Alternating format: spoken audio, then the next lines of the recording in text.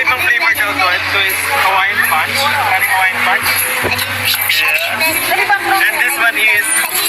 Ano yung blue? Ano yung blue? Blue Hawaii. A blue Hawaiian Punch. And we're gonna taste it. Let's go.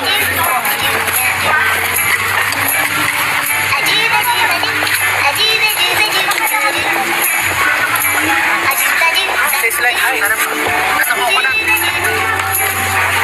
Ah, yun. Wala namang kwenta itong straw. Sarap. Sarap yung red. Malig pa naman ako sa yellow. Sarap yung red. Nasa blue at saka red pa eh. Kung ano. Ba't di sa yellow? Galing mo dun. Mas masarap yung red. Mainit ka lang. Kasi, mas masarap pa yun ang red. Kaya natin bubusin ko. Nice. Alam mo yun, para sa kano, yung ice candy na tapos sa akin. Pero may aftertaste na coconut eh. Sabi ko, sakit sa utak.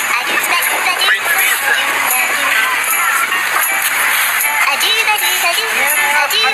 Ito ka naman. Alam niyo yung ice candy na pinuputol? Ano, natin sa gitna? Ganda.